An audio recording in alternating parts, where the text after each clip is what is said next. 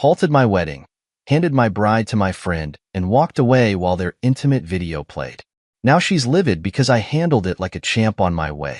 My fiancée, 26 female, and I, 27, had been set to get married soon. We had been planning it for quite some time, and everything was finally in place. Invitations had been sent, service providers had been booked, and we even had our vows already written out. All we were looking forward to was the wedding day, but as the day drew nearer, I had more doubts about it. My fiancée suddenly became guarded and panicky whenever I was home. Her behavior just lent to my suspicions. Whatever I tried to call her out on it, she insisted that I was seeing things. When I pushed, she reasoned it away as wedding jitters. I decided to play along. One day, though, I came in and she had a lingering manly scent. It wasn't mine, so I pointed it out casually. Had she invited someone over or bought a new scent that wasn't doing her any favors? The suggestion caught her off guard. It seemed like she didn't even notice the scent herself. She brushed it off and said she must have passed someone with a strong scent while out in public. I didn't believe her. My gut kept telling me to look deeper into the whole situation, so I did. I set up a small camera in our home bookshelf right in the living room without telling her about it. I played it cool the entire time and even left for work the following day as usual. I got back and we caught up on how our day had gone. Many pending wedding payments and just the normal end-of-day chit-chat. Once I was sure she had fallen asleep, I checked the camera. The footage showed her making out with a close mutual friend in the living room before heading to the bedroom. I didn't dwell on the video, just found out what I needed to, saved it to a drive, and started planning how to expose her and make her pay for betraying my trust. I played the fool all the way till our wedding day. It was too late to cancel all the bookings anyway. On the day of, I told her that I had a surprise planned.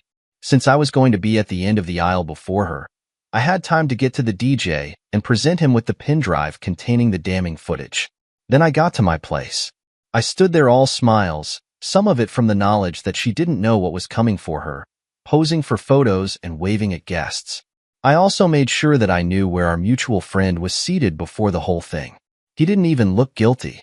Finally, my fiancé walks down the aisle. The priest came to officiate, and he finally got to the part of asking about people objecting to the union. No one said anything, not the mutual friend or the cheating fiancé. It seemed like we were moving on, so I laughed and said I do. The rest of the guests laughed along. I guess it was a bit of a shock, or they thought I was joking, but I kept up with it. I called the friend over. He looked frozen. I guess my fiancée figured it out then because she was silently begging me not to create any drama. I signaled to the DJ to play the footage, and I told her that our mutual friend was obviously the one for her.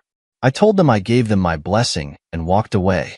She started crying, sobbing, telling the world that she just got cold feet.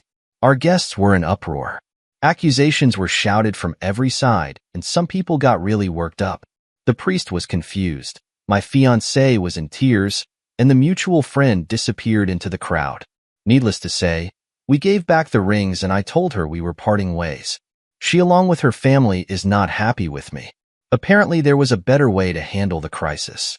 I've given them a piece of my mind on a promiscuous daughter and demanded they reimburse me for the full sum I spent on the wedding, or I'm uploading the video on my Facebook.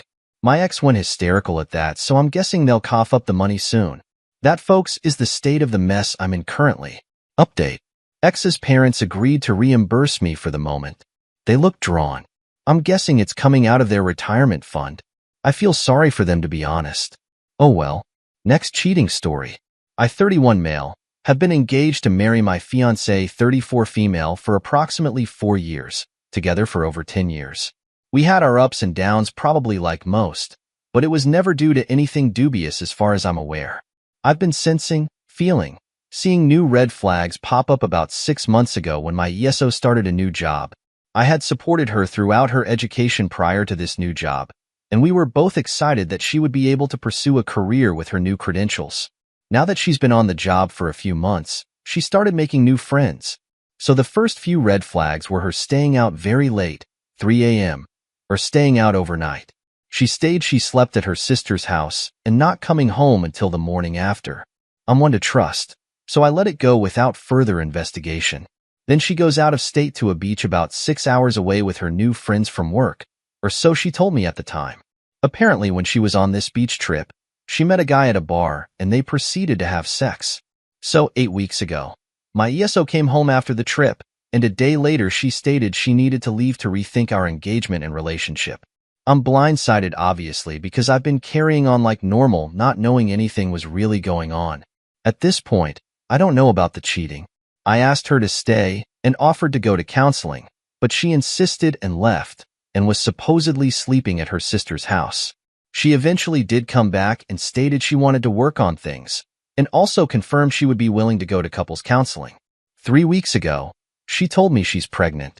Again, I'm one to trust, so I assume it's mine as we've been trying for a while to start a family. I get excited and start making baby plans, buying baby books, corner protectors, etc.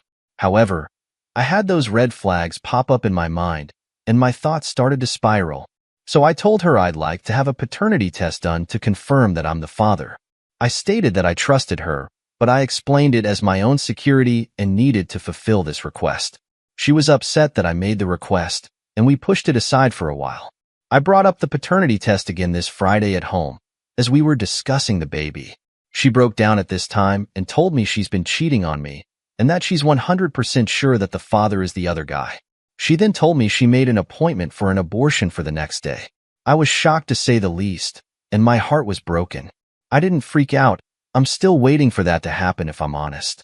And I told her I'd take her to her abortion appointment, as it was over an hour away, and it didn't want her getting sick or something on the way home. She later tells me that she met this guy on her beach trip when they had sex, and then they met up again. I assumed during her other stay at her sister's, but she denies this, and had sex for a second time. What she tells me could be more than twice. I don't know.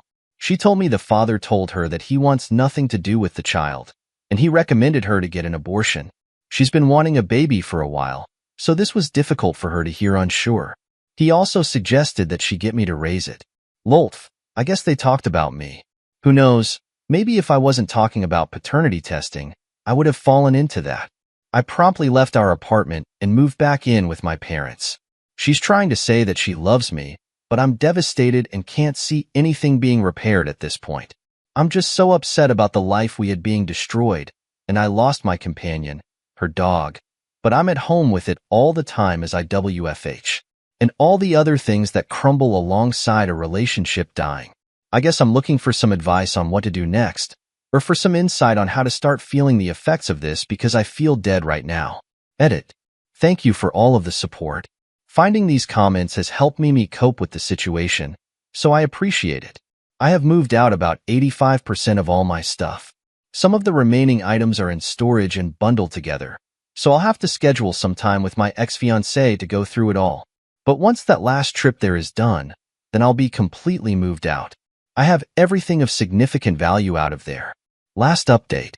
The lease was terminated, and of course she wasn't fully moved out yet. So I had to go over and help her get rid of the remaining items.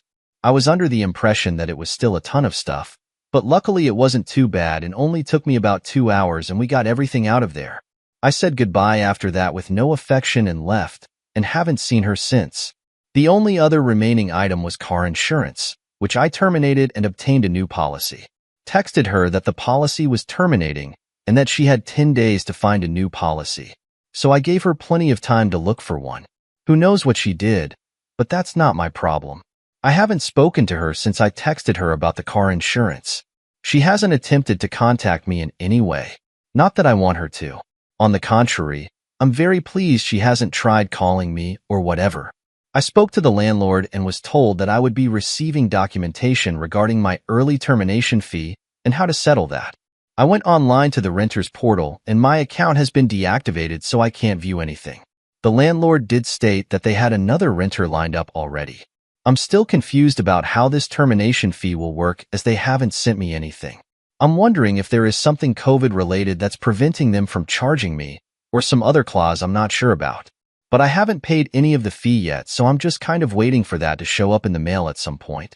I assume they're going to send me the fee, but it would be a nice surprise if I, for some reason, didn't have to pay that $3,000.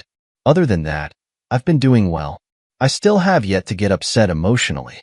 Like I haven't shed a single tear about her or our relationship dying. I feel free, I suppose. I've been busy at the gym, busy with my side work, and enjoying my hobbies whenever I want to. I also scheduled a rock climbing and hiking trip with one of my best friends that I never get to see.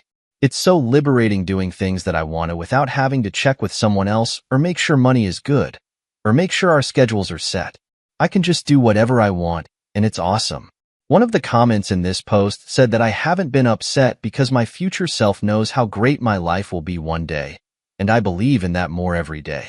I feel like I was limited before, but now I don't have anything holding me back and I want to experience all there is to see in life. Top comments. Sorry that this happened to you, man, but you seem very intelligent and level-headed through it all. You definitely dodged a major bullet, which you'll realize when looking back at this mess a few years from now. Take care of yourself, and it will lead to great things with a partner who deserves you. The only advice is next time to be more willing to confront the red flags early on. Best of luck. This is why I hate it when women act all offended over a paternity test. It was a paternity test that saved your life. If you hadn't asked, she never would have revealed it to you. You'd be raising his child while she keeps banging him behind your back. Don't go back. Cheaters can't be trusted, and she was semi-planning on having you raise another man's kid. At least now she can't try and trap you in an 18-year financial commitment. This is why blind trust is stupid. Trust is both earned and maintained. Boundaries also must be maintained. Give someone enough rope, and they'll hang themselves as an axiom for a reason. That doesn't mean to be paranoid, but don't just allow your yeso to do whatever they please whenever they please. It's fine to question and remain engaged in what they're doing. Without doing so, allowing too much freedom, I know how that sounds, shows a lack of interest or caring. You did the right thing cutting contact with her.